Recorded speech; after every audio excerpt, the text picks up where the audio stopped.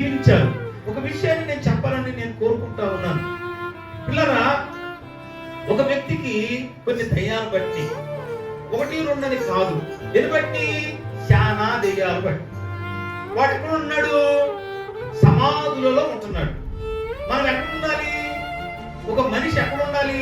తన ఇంట్లో ఉండాలి, తన బంధువుల మధ్యలో ఉండాలి, తన కన్నవారి దగ్గర ఉండాలి. కానీ ఇతను ఎక్కడ ఉన్నాడు? సమాధులలో ఉండేది అని ఒక వాక్యంలో. గెరాసీనుల దేశంలో దయ్యములు పట్టిన వాడు ఎక్కడున్నాడు? ఎక్కడున్నాడు? సమాధుల్లో ఉన్నాడు. సమాధులు అంటే ఏంటి? సమాధి అంటే ఏంటి? శపితమైనది. సమాధి అంటే తిరిగి రానిది. సమాధి అంటే కీడుకరమైనది. అంతేనా? అంతేనా తమ్ముడు? అంతే కదా. సమాధికి ఎవరైనా వెళ్ళాలని కోరుకుంటారా? చెప్పండి. నేను సమాధిలో ఉండాలి అని ఎవరైనా కోరుకుంటారా? ఎవరు కోరుకోరు. అయితే ఇతను ఎక్కడుంటున్నాడు? సమాధుల్లో ఏముంటాయి? కాలిపోయి కట్టలు ఉంటాయి, పూడ్చిపెట్టిన శవాలు ఉంటాయి, శవాల దెబ్బలు ఉంటాయి.